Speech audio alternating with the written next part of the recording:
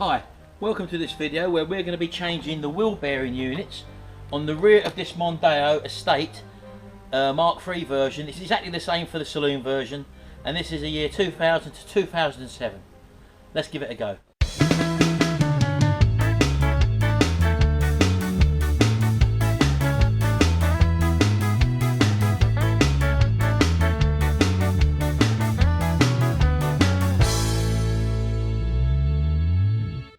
Right, well, as I mentioned, this wheel bearings have gone in this Mondeo Estate, and I've just purchased some off of a local car factors, and there was about £45 each. I brought both sides, and I took the wheel off the other day and just had a quick look, and I also noticed that the discs and pads were also very worn. So for the sake of £38, I bought a new set for the rear, so I'm going to be putting new brake rotors and also brake pads on as well. So first of all, let's get the car up in the air and we'll get the wheel off. So the first thing to do is to crack the wheel nuts, and we've got to jack the car up on the jacking points. I'll show you where the jacking points are on one of these anyway. Right, so the first thing I'm going to do is to crack the wheel nuts before we actually lift the car up in the air. Now this one's got a security lock wheel nut on it, so I'll just plug that in there and undo that one first.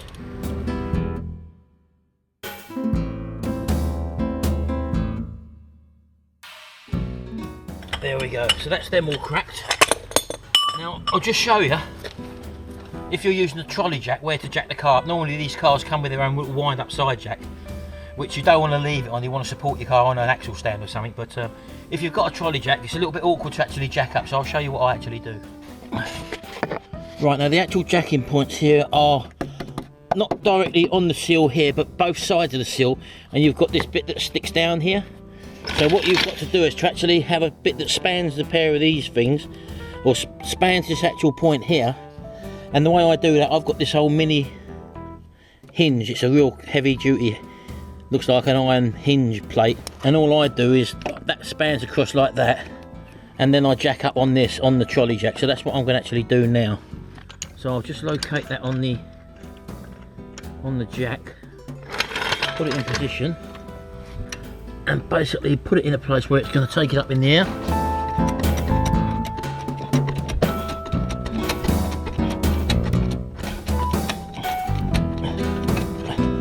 And when I'm high enough, I'll get the axle stand as well. And again, I've got another one. I'll just place that under there, and then I'll just lower the axle stand, lower the trolley jack down gently till the car is actually supported on the axle stand, and I'll just add a bit of tension there. So that's what I do. So I'm just going to crack on now and get the wheel off.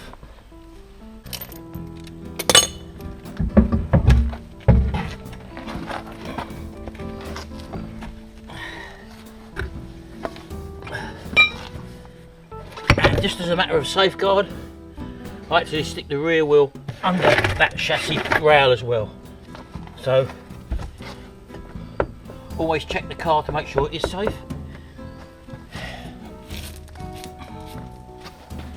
And let's take a closer look at what we've actually got here. Right, well, as we can see here, here's the brake setup, which I'm going to be replacing as well. Now I don't know if you can actually see there, but the pads, the actual material should be in here very thin. So that's the reason why I decided to change the pads. And looking at the scores on the disc, and there's quite a big lip on it.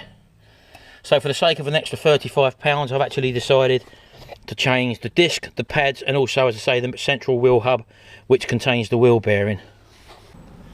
Right, so the first thing I want to do is to actually remove two 13mm bolts here to remove this caliper bracket. So I've got to come in from the back to do that. So that's what I'm going to do now.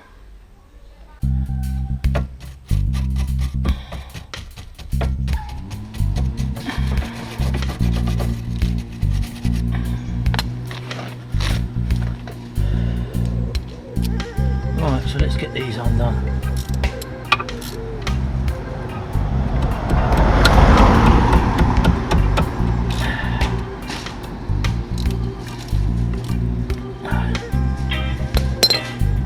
Right, there's one out. down there.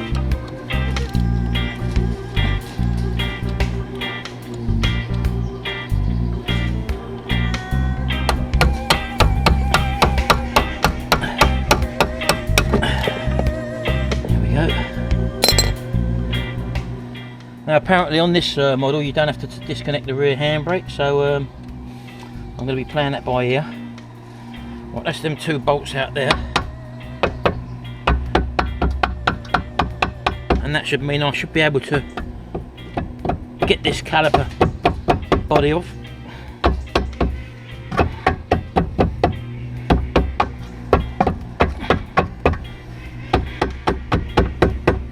There we go.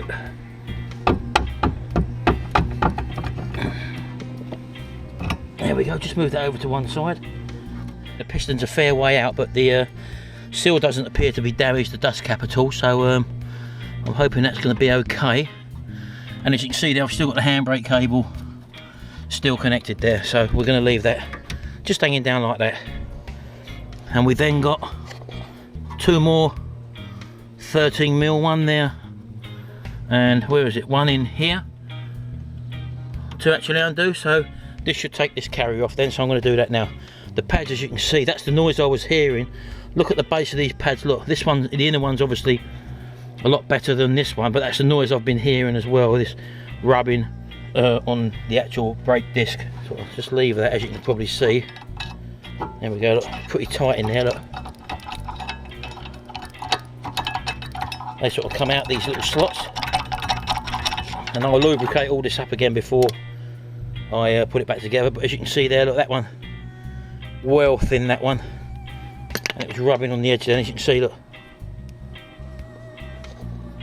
The actual wheel bearing is not too bad at all. So the noise I was probably hearing was the actual outer edge of the pad rubbing on the outer edge of this lip of this disc. So I could get away with not fitting these bearings, but because I'm here now, I might as well do it. So let's try and get in there now and remove these inner 2 13mm, which weren't too bad, I don't think.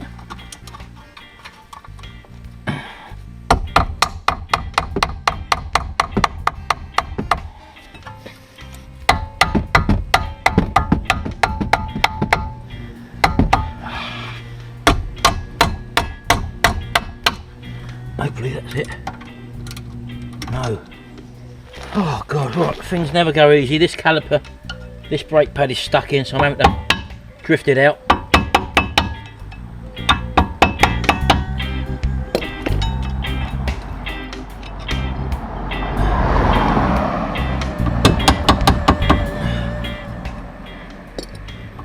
Again, this is all helping to the squeaking problem and the noises I was having. So it's pointing more and more that this was the problem I was having. There we go. So that would have been sticking on, again creating my noise. Right, well this may or may not happen to you. What's happened is that this nut in here, which is a 13mm, and this one here, as you can see, this takes this outer bracket off here now.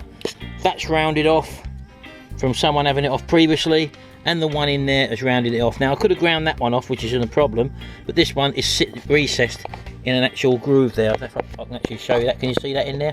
So that is the problem here. I've also disconnected the handbrake cable, as you can see. That went through there. That's just a matter of compressing this here and popping this cable out, and there's a little clip on here, as you can probably see there, which just pulls off, and then it comes out the back of this hole. So I've just set that up there. Try a different method.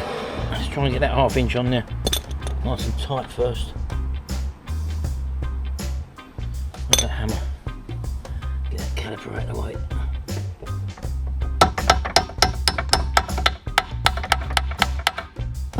Alright, let's get that on there. Give me a bigger wrench on there this time if I can. Right, okay. So let's try and heat, now I'm in position. Let's try and heat that up again.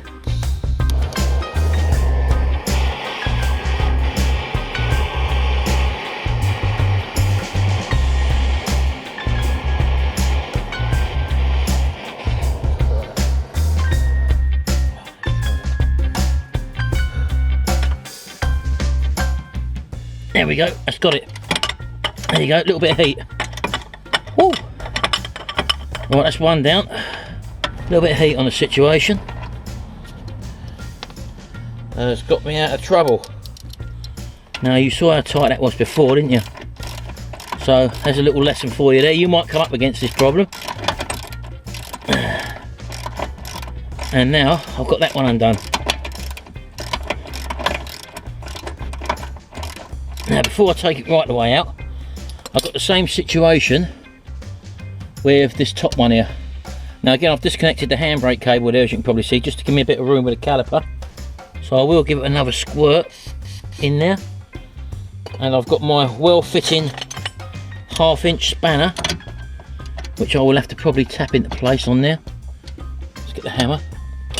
In fact, what I'll do is I'll try it with the 1/2 inch, the normal size spanner now, which does fit on there, as I say, but it may slip. But I'm gonna try it with that. So let's put that heat on again. Larger one back on.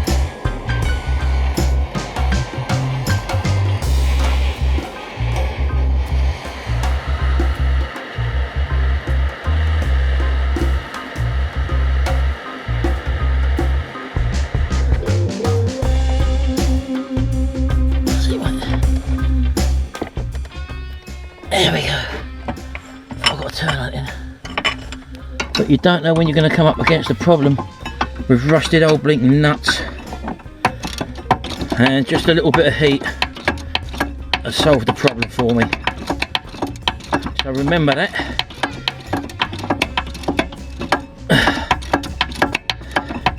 And because the nut had rounded off, I went down to a 1/2 inch rather than the 13mm.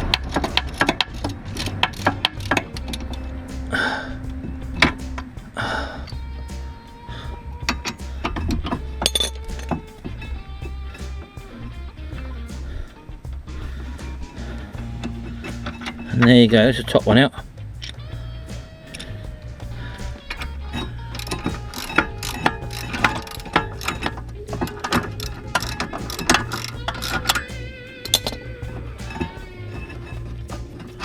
And there's the bottom one out. And out comes the carrier. Right, okay, so hopefully a brief tap around the disc. Just put a bit around the middle there. Bit of lube just to soak in.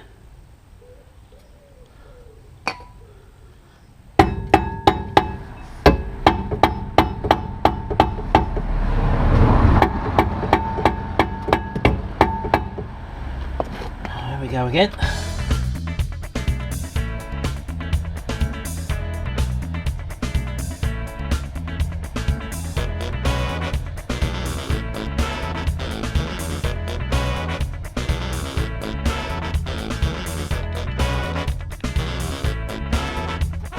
Yet again, another problem, the disc won't come off with tapping it. So, I'm trying this method. Just rotate it and leave, oh here we go, lever, rotate, there we go. Another little cheat you might need, there we go. That wasn't coming off at all with the tapping, but the little levering technique, as you can see, has now got the disc off. And I've now got access to the wheel bearing. See, these are problems you might come up against. And this is normally where you give up. Next thing I've got is to undo these T50 Torx head bits through the hole in the actual wheel hub and ensure I get a good fit by cleaning out the Torx heads as well, because they're full of crap. So that's what I'm going to do now.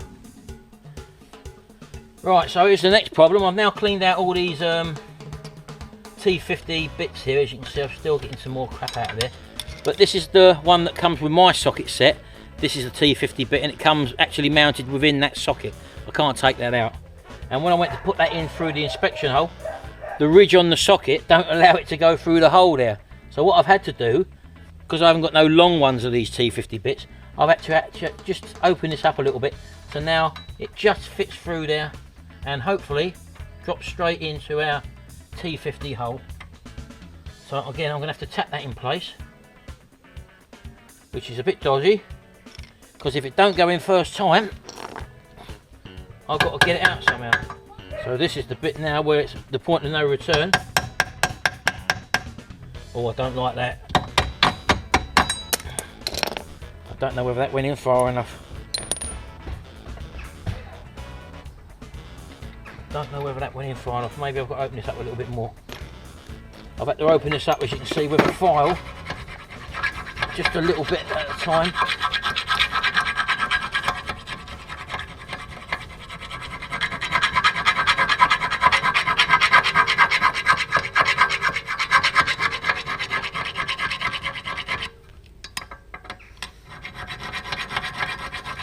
And those of you who are going to say to me, only push forward, I know a file only cuts on its forward stroke, but there's no stroke here. So I'm having to do it like this. Right, let's try that. Right, where's our socket? Try and line it up again. I'll be happy if I can get that right the way through like that, look. Which I can, so I know it goes in deep enough now. Right, let's put that in there. Get the hammer in there. Sure we tap that home. Let's get our lever. And let's try and undo this little baby. Quite tempted just to heat that up as well, just to make life a bit easier before I strip anything. So let's just make double sure here and just add a bit of heat to it. Because if we lose this thread now, then we're in all sorts of problems. If we lose the head on that bolt, I mean. Right, let's try that. There we go, we got it. So there's number one done, and I'm just going to carry on and do the same to all the other four. See you in a minute. There we go, that's the last one off.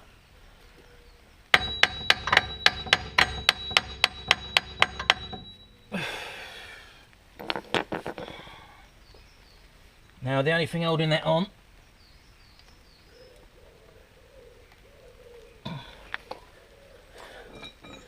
is maybe a good yank.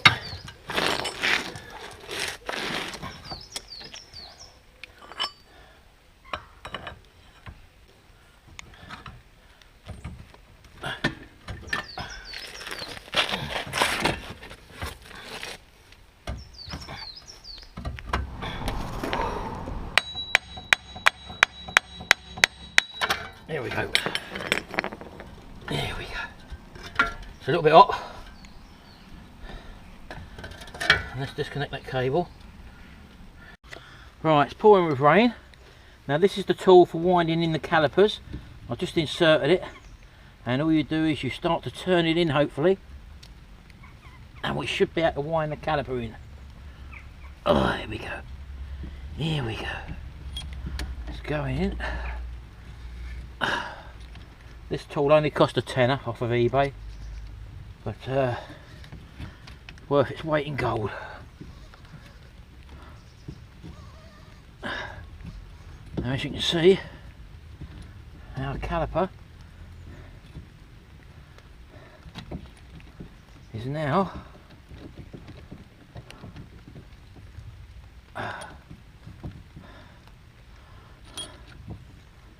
wound fully in. There you go. And that's literally all it is, that there. So you might want to get yourself one in for £10. As you can see, our caliper's taken right away in now. Right, so that's the calipers in. So let's just lay that on there again. There's our connector. So I've cleaned all this down with a wire brush. Right, so I've just finger tightened up all four bolts, and again I've had to open this hole up here so that it can accept my socket. Only very slightly, look, but it goes in now, as you can see. So if you've got one of the Halford socket set, as I have, that's the one that comes with it. You can do it, but you've just got to slightly open that hole up a little bit. Failing that, just get a long Torx T50 piece and you'll be okay. So I've put some copper slip on these bolts, as I said to you. And now I'm just going to zip them up, and that will be the wheel bearing in then. The connector, don't forget to connect up the connector on the back, that's for the ABS. So I'm just going to do all these up first of all. 4, there we go. That's it. Wheel bearings in, nice and silent. Just need to stretch my legs a little bit. In the over 50s club you have to get up and move about a bit more, because all this sitting down on hard floors and having to move your legs in and out like that. Hey dear? Yeah. You have to do it, and this is my little camp I've had to make up, because of course when you start a job like this, hey, I've got to get it done this side anyway, because all the other cars and Jimmy's car and the van's in the drive, so because I'm parked here they can't get in or out. So that's why normally when it started raining I probably would have stopped this job, but I can't stop now because of the weather. We're over the worst of it now anyway, so all I'm going to do now, I've got the new rotor disc brake to put on. That's brand new, I'll show you that in a second. Just going to give that a wipe over now and a bit of a clean with some brake cleaner.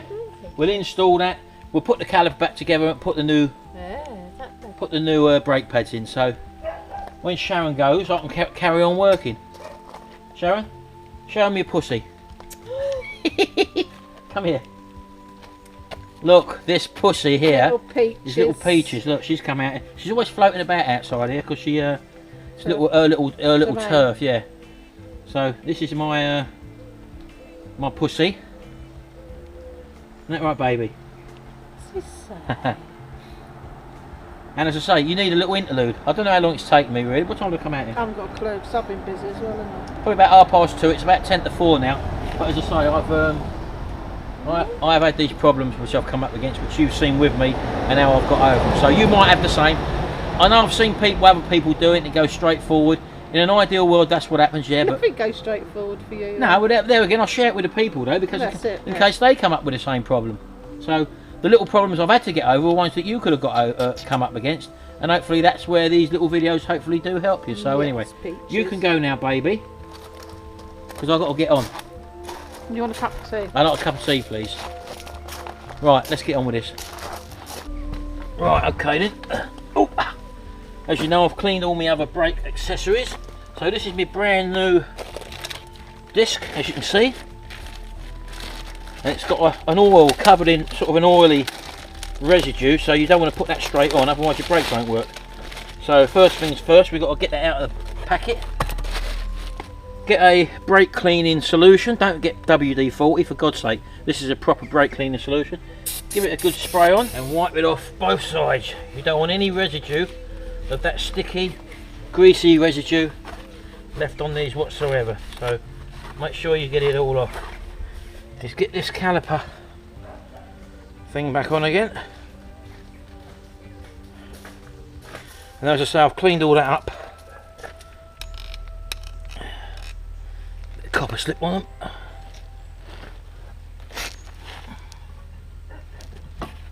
To make life a little bit easier when we're putting it back together, and if they have got to come off again, ever.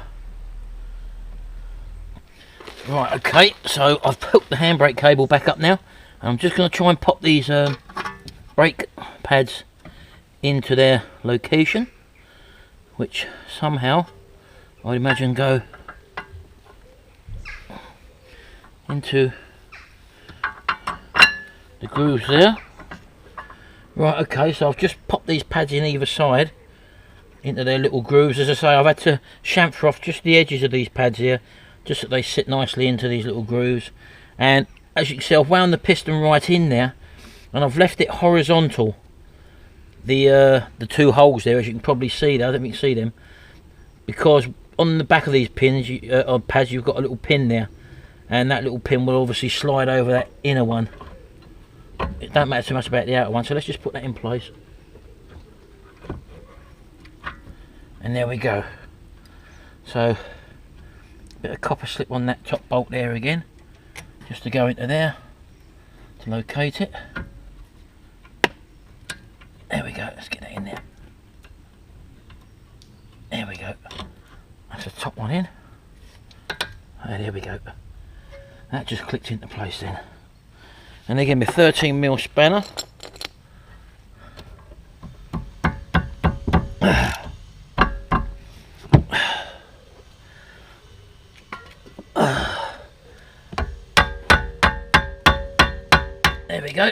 on. And the same with the top one.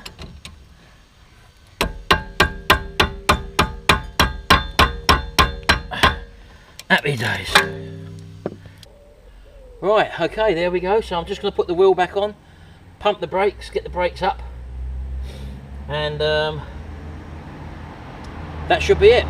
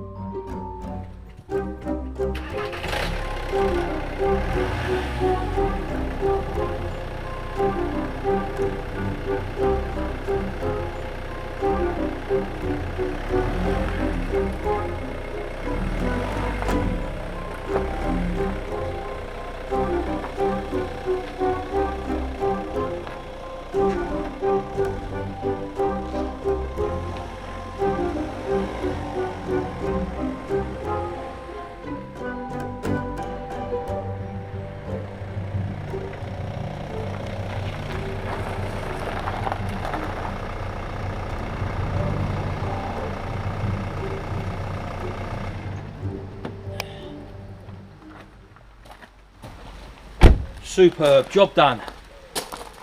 Well, I'm not going to do the other one today because it's pouring down with rain. But I hope that's shown you how you're realistically going to come up against the problem like I did with the rear wheel bearings on a Ford Mondeo MK3 from 2000 to 2007. This is the estate version, as you know, but it's exactly the same on the saloon version. Okay then, hope you enjoyed this and hope you got something out of this video. Thanks very much, and I'll see you in the next video. Bye for now.